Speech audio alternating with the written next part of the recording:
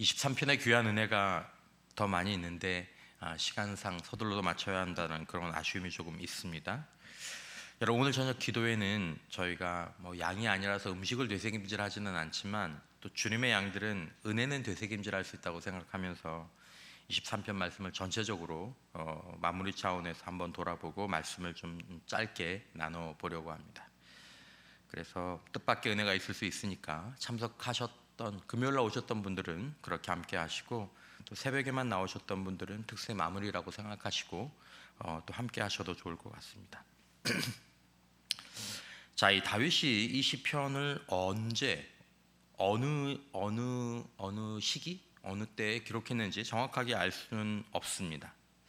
하지만 다윗이 과연 이 시편을 개인의 어떤 상황에서 기록을 했을까? 어떤 상황에서?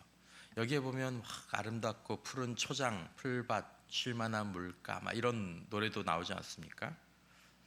다윗이 과연 이 시편을 세 가지 상황, 첫 번째는 굉장히 나쁜 상황, 사망의 음침한 골짜기, 두 번째는 그냥 보통 상황, 세 번째는 너무 좋은, 너무 감사한 일이 있어서 여러분 어떤 상황에 다윗이 시편을 기록했다고 생각합니까? 학자들은 두 가지 다 가능은 하다고 그렇게 얘기를 하기는 합니다. 하지만 저는 다윗이 이 시편을 나쁜 상황에서 노래했을 게 거의 틀림이 없다라고 생각이 됩니다. 거의 틀림이 없다. 이 시편의 구절로 따지자면 사망의 음침한 골짜기를 앞두거나 아니면 그 안에서. 여러분, 우리 신앙이나 삶의 여정 가운데 이 시편을 굉장히 잘 알고 계시죠? 이 행복한 양의 노래가 품고 있는 이 영적인 힘이 있는데, 모든 성경은 다 이 영적인 힘이 있습니다. 그래서 우리의 상황 가운데 그 성령의 힘이 우리 안에 탁 다가올 때 이 말씀이 하나님의 말씀이 되는 그런 역사가 나타나죠. 그런 힘이 필요한데, 이 시편 23편이 품고 있는 이 힘이 우리에게 필요한 때가 정말 언제인가? 목자 되신 주님께서 나와 함께 하신다. 주님이 지금 나와 함께 하신다. 이게 필요한, 내 평생에 반드시 영원히 함께 하신다. 이게 시편 23편은 아이가 태어났을 때, 결혼식장에서 뭔가 출발할 때도 너무너무 잘 어울리고 꼭 필요한 시편입니다. 그럼에도 불구하고 전쟁의 참호 속에서, 그리고 사망의 음침한 골짜기를 지나갈 여정을 앞두었을 때 사실은 이 시편보다 더 나은 기도와 노래를 찾는 게 어렵습니다. 그래서 저는 이 행복한 양의 노래가 다윗이 행복할 때가 아니라 사망의 그늘이 짙게 드리워진 그 골짜기 속에서 하나님이 주신 영감으로 지어 불렀고, 우리로 하여금 그때 부를 수 있도록 주신 노래가 아닌가, 그런 생각들을 하게 됩니다. 여러분 생각해 보십시오. 우리가 육신적으로 행복하고 좋을 때, 너무 인생이 잘 나가고 회사다 직장도 아이들의 진로도 팡팡 열리고 할 때, 하나님이 나와 함께 하신다라고 그렇게 하면 할렐루야, 주님 땡큐, 그거로 끝이지만, 우리가 전쟁의 참혹한 상황 가운데에서, 사진에 보시면 저희가 이제 군목으로 있을 때, 군목으로 꼭 기도를 해주러 가는 때들이 있습니다. 전투를 앞두고, 그걸 모의 전투라고 할지라도 훈련을 앞두고, 저 때 우리가 기도를 많이 하거든요. 죽음의 위협 앞에서, 두려운 수술을 앞두고 수술실로 들어갈 때 가족도 사람들도 다 남겨놓고, 투병 생활 중에 우리의 능력으로 감당하기 어려운 상황들을 마주할 때 하나님이 바로 지금 여기 나와 함께 하신다라는 것을 떠올리면서, 여호와는 나의 목자시니 내게 부족함이 없으리로다. 내가 사망의 음침한 골짜기로 갈지라도 해를 두려워하지 않을 것은 주께서 나와 함께 하십니다. 그러면서 우리가 그 길을 가게 됩니다. 여러분, 이 노래는 현재를 살아가되 특별히 위기와 고난과 두려움이 엄습하는 인생의 골짜기에서 우리 영혼의 목자를 바라보도록 합니다. 너와 함께하는 분이 계셔. 너 잊었을지 모르겠지만 그 안에서 소망을 주고 힘과 용기와 비전을 주는 시편입니다. 사실은 23편에서 가장 중요한 건 비전입니다. 만일 신자가 인생을 살아가는 가운데 자기 한계를 넘어서는 자기 힘으로 감당할 수 없는, 사실은 인생이 우리 힘으로 감당이 안 되는 게 인생이긴 합니다. 그 사망의 음침한 골짜기를 지나면서 만약 이 시편을 붙잡을 수 없다면, 이 시편이 가지고 있는 그 영적인 위로, 더 나아가서 이 비전을 바라볼 수 없다면 그 신자, 하나님의 양은 몹시 힘든 날들을 그 양 홀로 보내야 할 것입니다. 그 그늘진 골짜기, 좌우에서는 짐승들의 울음소리들이 먹을거리가 왔구나, 울부짖는 그 소리 가운데에서 여러분, 하나님이 우리의 목자 되시는 것, 그리고 우리는 하나님의 양이 되어서 목자를 따르는 것, 우리는 그렇게 살아가면서 우리는 성장하고 성숙해 가는 것입니다. 그러면 성도들이 예전에는 사도신경, 주기도문, 그 다음으로 제일 많이 암송하는 게 시편 23편이었을 것입니다. 요즘은 어떤지 모르겠습니다. 아이들도 잘 모를 수 있어요. 왜냐하면 요즘은 성경 암송대회 같은 게 별로 안 하잖아요. 예전에는 다 했거든요. 그러니까 이거는 기본적으로 외우는 시편 가운데 하나였죠. 옛날 저희 어릴 때는 푸른 풀밭이 아니라 푸른 초장이었으니까 푸른 초장으로 뭐 이렇게.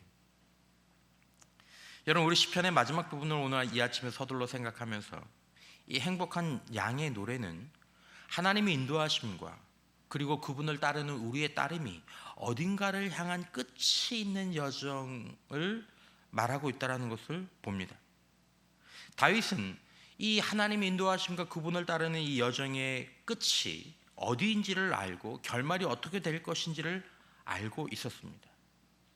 다윗이 이 시편을 사망의 음침한 골짜기, 생명의 빛이 희미한 곳에서 외롭게 이 노래를 불렀든지, 아니면 푸른 초장과 쉴만한 물가 위에서 이 노래를 불렀든지, 이 양의 노래 속에서 성령께서 다른 하나님의 양들에게 전하고 있는 것은 그 양들이 지금 어떤 상황이든 그 결말과 그 끝이 있으며 그 끝이 과연 무엇인지를 알려주는 것입니다. 내 여정의 끝, 그러니까 내가 아니라 하나님이 나와 함께 하시며 내가 그분을 따라가는 이 여정의 끝에 우리를 기다리고 있는 것이 무엇이냐? 우리가 지금 사망의 음침한 골짜기 가운데 있던, 푸른 풀밭 가운데 있던 5절의 말씀, 주께서 내 원수의 목전에서 내게 상을 차려주시고 기름을 내 머리에 부으셨으니 내 잔이 넘치나이다. 여러분, 오늘 우리가 어떤 상황이 있든지 결국 우리가 주님과 함께 이 길을 가게 될 때 결국 주님은 우리에게 원수 앞에서 진수성찬을 차려주시며 기름을 부어주신다는 것을 기억하라는 것입니다. 상세하게 이 구절을 설명하지는 않겠습니다. 우리에게 잔치상을 베풀어 주시고 또 특별히 기름을 우리에게 부어주신다라는 이 의미들, 여러분, 거기는 위로와 축복과 그리고 상급과 칭찬과 인정이 우리를 기다리고 있는 것입니다. 여러분, 과연 이것은 종교적인 위로일까요? 사망의 음침한 골짜기 가운데 있는 사람에게 내 앞에서 원수에게 상을 베풀어 주시고 내 머리에 기름을 부어 주실 거야. 종교적인 위로일 수 있잖아요. 세상 사람들이 뭔가 돈을 어디다 이렇게 드리면서 어떤 죄를 올리면서 받는 위로처럼. 소개해드렸던 책자에 나오는 이 필립 켈러가 자기의 인생들을 조금 나누면서 이런 이야기를 적은 걸 보았습니다. 좀 길지만 제가 읽어보겠습니다. 죽음은 하나님과의 영원한 기쁨의 세계를 열어주는 음침한 골짜기에 지나지 않는다. 그것은 두려워할 것이 아니라 보다 완전한 삶으로 나아가는 길을 지나는 체험이다. 선한 목자는 이것을 알고 계신다. 이것이 바로 주님이 볼지어다 내가 항상 너희와 함께 있으리라고 말씀하신 이유다. 그렇다 사망의 음침한 골짜기에서도 그분이 나와 함께 계시는 것이다. 이 얼마나 큰 위로요, 이 얼마나 놀라운 격려인가. 나는 사랑하는 아내가 저 높은 곳으로 갔을 때 이 위로가 무엇인지 사무치도록 체험했다. 2년 동안 우리는 사망의 음침한 골짜기를 걸었다. 죽음이 가까이 이르렀을 때 나는 아내의 손을 쥐고 침대 머리맡에 앉았다.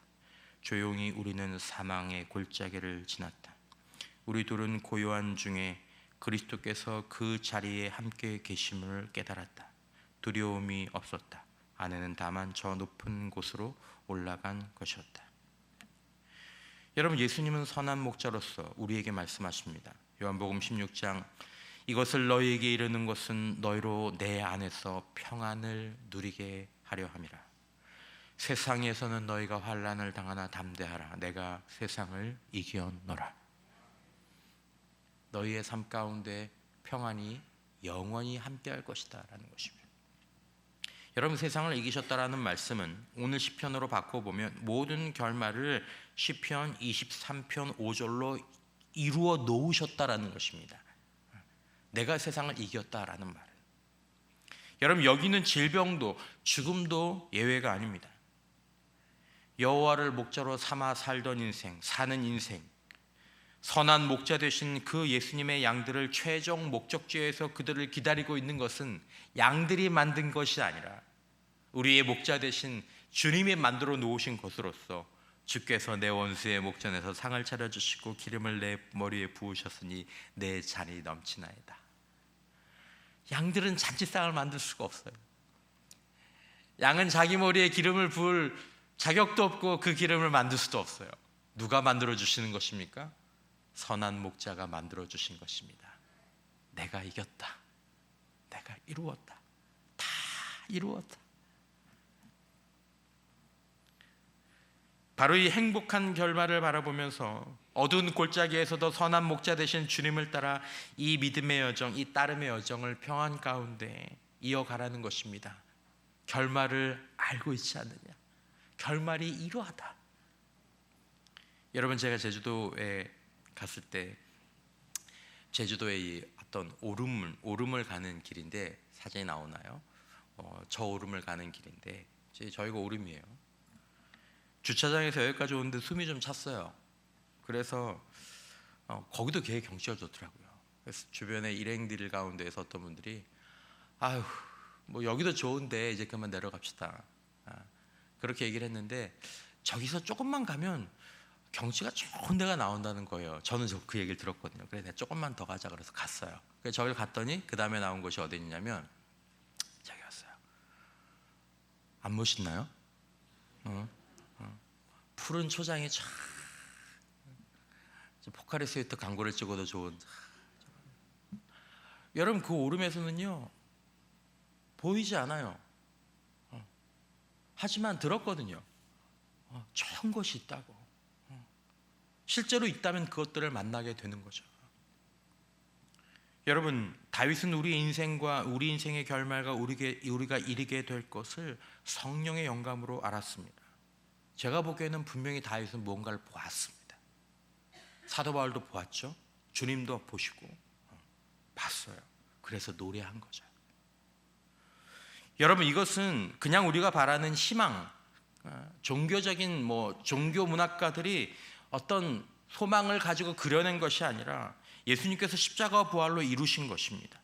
그러므로 사도 바울은 거의 외치듯이 로마서에서 막 거의 이 본문을 정서적으로 읽게 되면 거의 막 소리치듯이 로마서 8장 37절 이하에서 이렇게 얘기하죠. 그러나 이 모든 일에 여러분, 여기 얼마나 많은 것들이 담겨 있는지 모릅니다.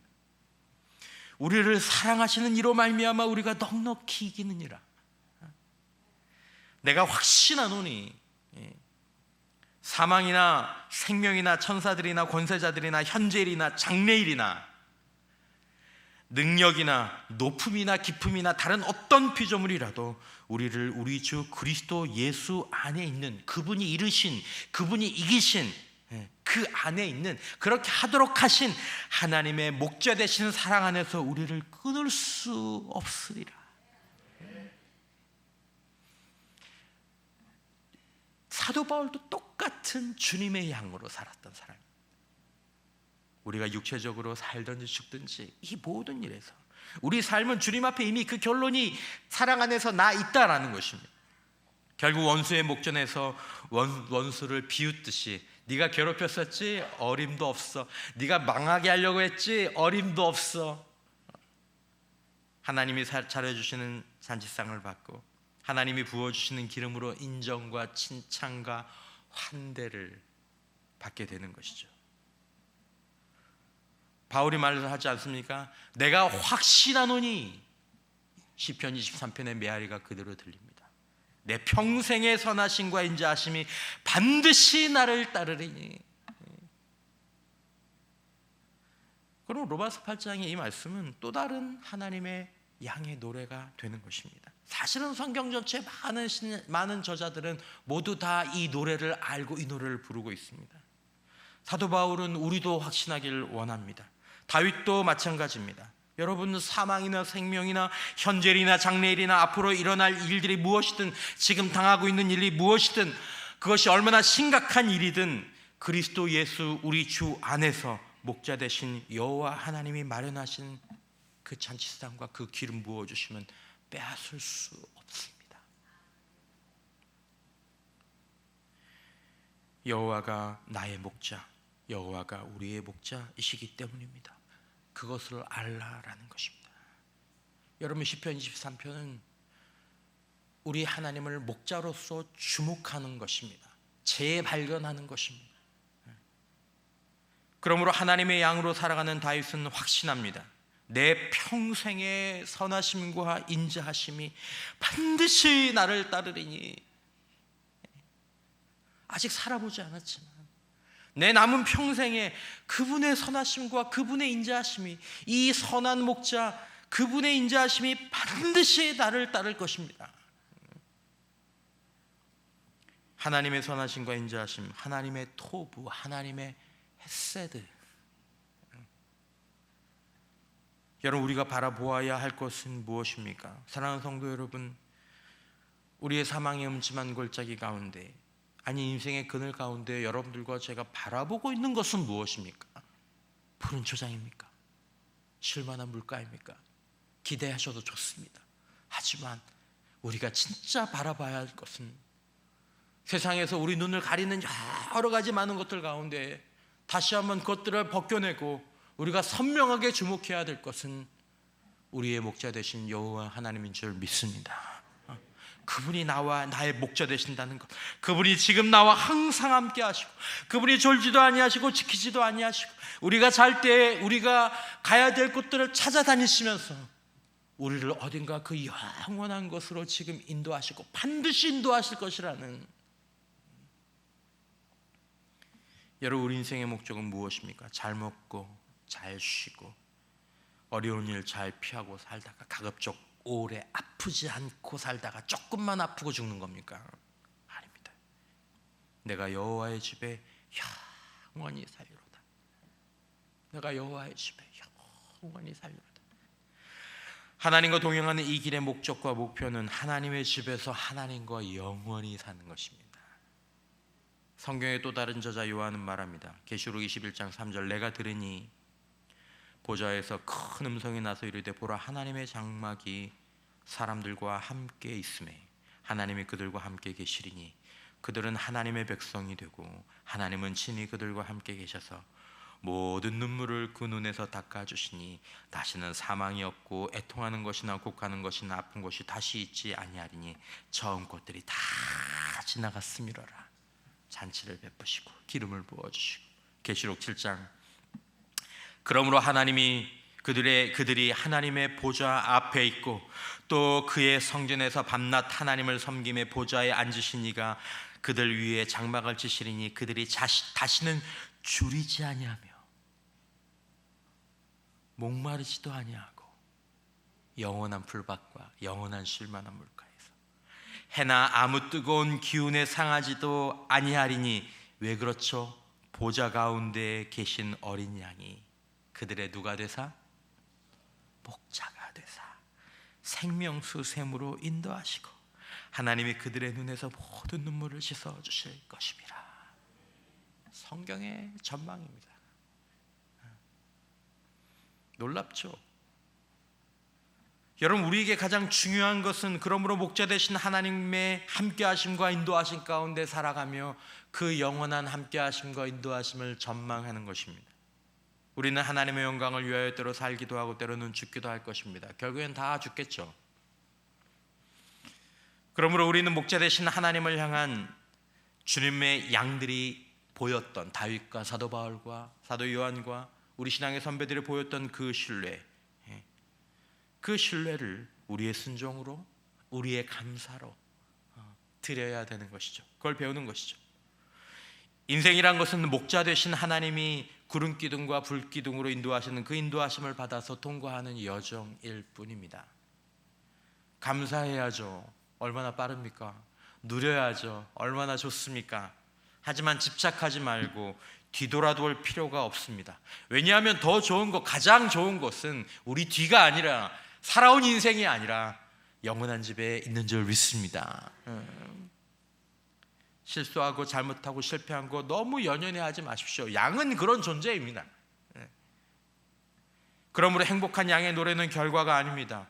여호와의 목자 되심 안에서 살아가는 양의 노래가 행복한 양의 노래입니다.